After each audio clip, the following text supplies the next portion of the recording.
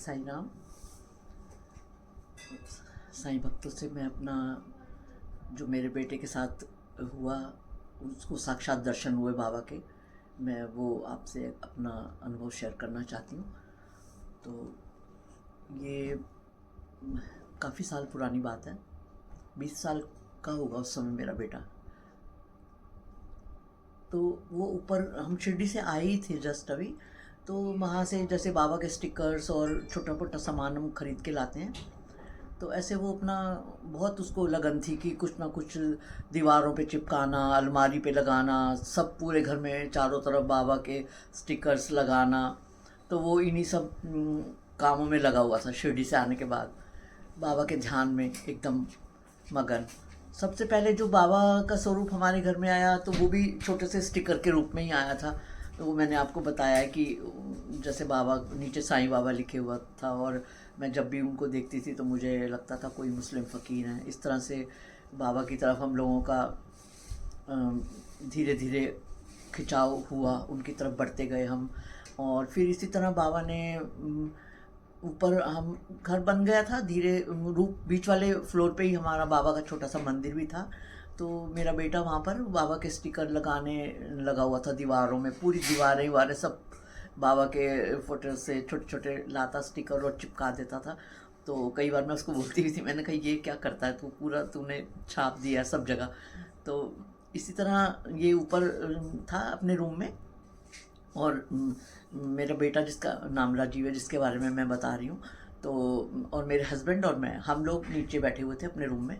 और हम उस समय लाइट भी नहीं थी घर में, और इन्वर्टर भी नहीं था हमारे यहाँ।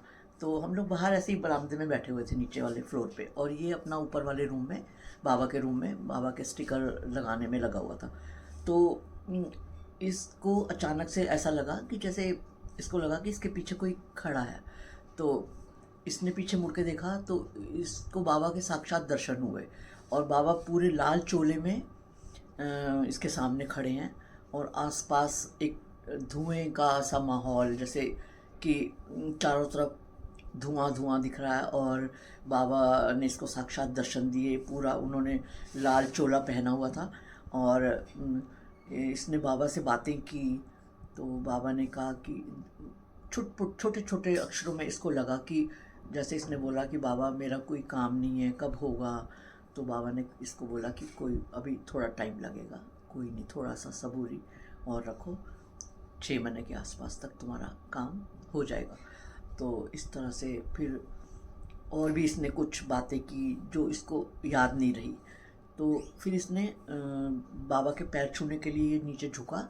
तो इसने देखा कि बाबा का जो बाबा मतलब जो स्वरूप इसने देखा वो गायब हो चुका है। उसके बाद इसने बाबा से ये भी कहा कि बाबा नीचे मेरे पापा मम्मी बैठे हैं, आप उनसे तो मिलो।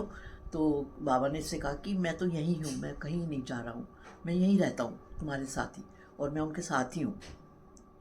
तो इस तरह से इसकी बातचीत हुई बाबा से। और फिर इसने 1-2 दिन तक गुमसुम रहा ये, इसने कोई बात नहीं करी, हमसे बताया भी नहीं इसने कुछ कि मेरे साथ ऐसे ही हुआ। फिर इसका जो एक फ्रेंड था वो हमारे यहाँ ही ऊपर वाले रूम में किराए पे रहता था। तो इसने उसको अपना ये जो बाबा के दर्शन वाला एक्सपीरियंस था उसको शेयर किया। तो उसने बताया, राजेश ने, कि आपको इसने कुछ बताया है। तो मैंने कहा नहीं। फिर उसने सारी बात मुझे बताई कि ऐसे ऐसे इसको बाबा के साक्षात दर्शन हुए, और इसने बाबा से ऐसे ऐसे बातें की, बाबा ने इसको जवाब दिए हर बात का। और बाबा ने कहा कि चिंता मत करो, तुम्हारा 6 महीने के अंदर अंदर हो जाएगा काम, कुछ भी जो भी तुम चाहते हो काम बन जाएगा। तो इस तरह से इसको पहली बार बाबा के दर्शन हुए घर में साक्षात।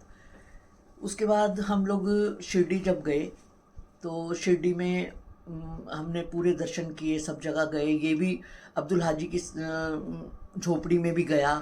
वहाँ पे वो लोग आपस में बात कर रहे थे कि 11 बजे के आसपास जो बाबा ना शिरडी में हमेशा दर्शन देने आते हैं अब्दुल हाजी की समाधि पे।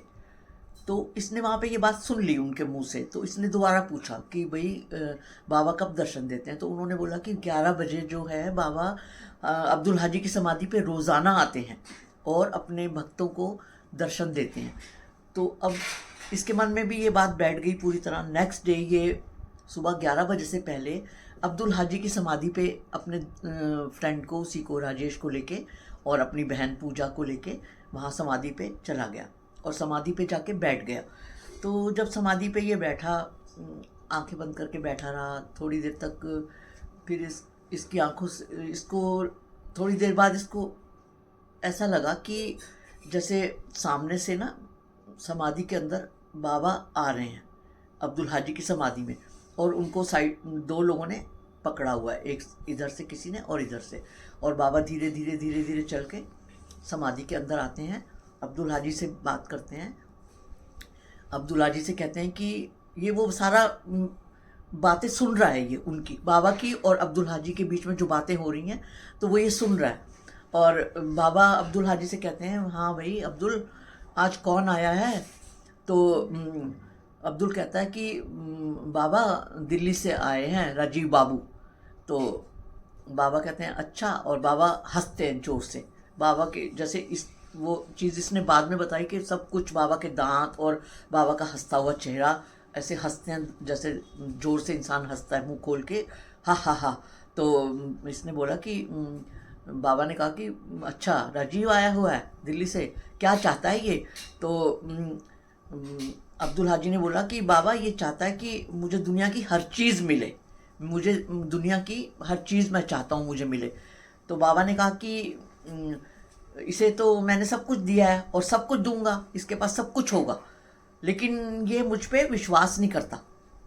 ये हर समय ना उसमें रहता है कि जैसे किसी पे भरोसा, शक में रहता है, शक की दिमाग में है इसका, ये विश्वास नहीं करता। और दूसरी बात ना, ये अपनी बहन को, पूजा को बहुत तंग करता है और अपने माता पिता का कहना भी नहीं मानता। इससे कहो कि एक तो अपनी बहन को तंग ना किया करे और दूसरा अपने माता पिता का कहना भी माना करे। इसको तो मैं सब कुछ दूंगा। तो अब इसने वो सारे बाबा की और अब्दुल हाजी की बातें पूरी सुनी और उसके बाद इसकी आंखों से वहीं पे आंसू बहने लगे। इसके साथ इसकी बहन पूजा और वो राजेश भी गया हुआ था समाधि वहीं पर, अब्दुल हाजी की समाधि पर। तो उन्होंने बोला, राजेश ने, हाँ भाई बाबा तो आए नहीं अभी तक, तुम तो यहाँ बाबा के दर्शन करने बैठे हो। तो इसकी आंखों से आंसू बह रहे थे और इसने रोते रोते उनको बोला कि चलो चलो, अब मुझे हो गए हैं दर्शन उनके। इस तरह से इसका वहाँ पे वार्तालाप इसने सुना अब्दुल हाजी का और बाबा का, और इसको बाबा के साक्षात वहाँ पर दर्शन हुए। और इसी तरह घर में भी इसको बाबा के साक्षात दर्शन हुए।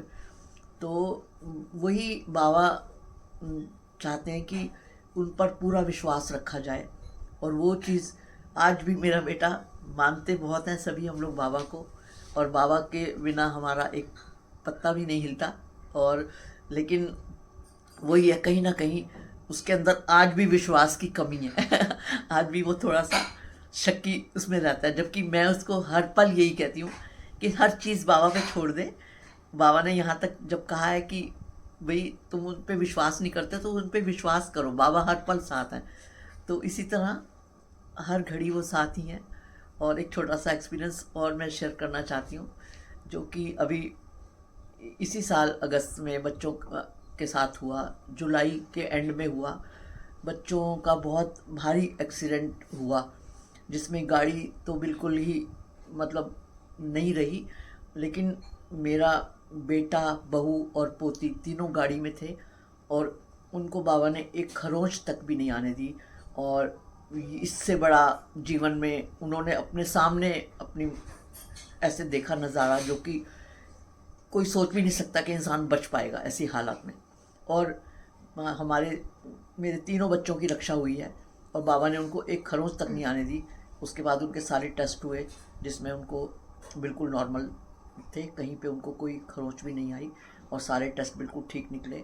और बाबा की यही मैं बच्चों को समझाती हूँ कि यहाँ से ही आप लोग सोच लो कि कितने बड़े दुर्घटना का सामना हुआ, जिसमें कि कुछ भी हो सकता था, कुछ भी जान भी जा सकती थी, और लेकिन वो बाबा पल पल साथ हैं, हर पल रक्षा करने वाले हैं। और इसमें भी कोई कारण होगा कि कोई बहुत बड़ा उन्होंने कष्ट हमारा, जो कि गाड़ी पे ही आया और बच्चों को उन्होंने हर मुश्किल से, हर परेशानी से और हर समय उन्होंने बचाया है। तो इस चीज़ का हर पल एहसास रहता है मन में, और बाबा का हर पल धन्यवाद रहता है। और मैं अपने बच्चों से भी हमेशा यही कहती हूँ कि बाबा के में अपना पूरा विश्वास रखो। बाबा कभी कोई आप लोगों के साथ बुरा नहीं होने देंगे, कुछ भी गलत नहीं होने देंगे, और वो हर पल हमारे सबके साथ हैं। ओम शांति।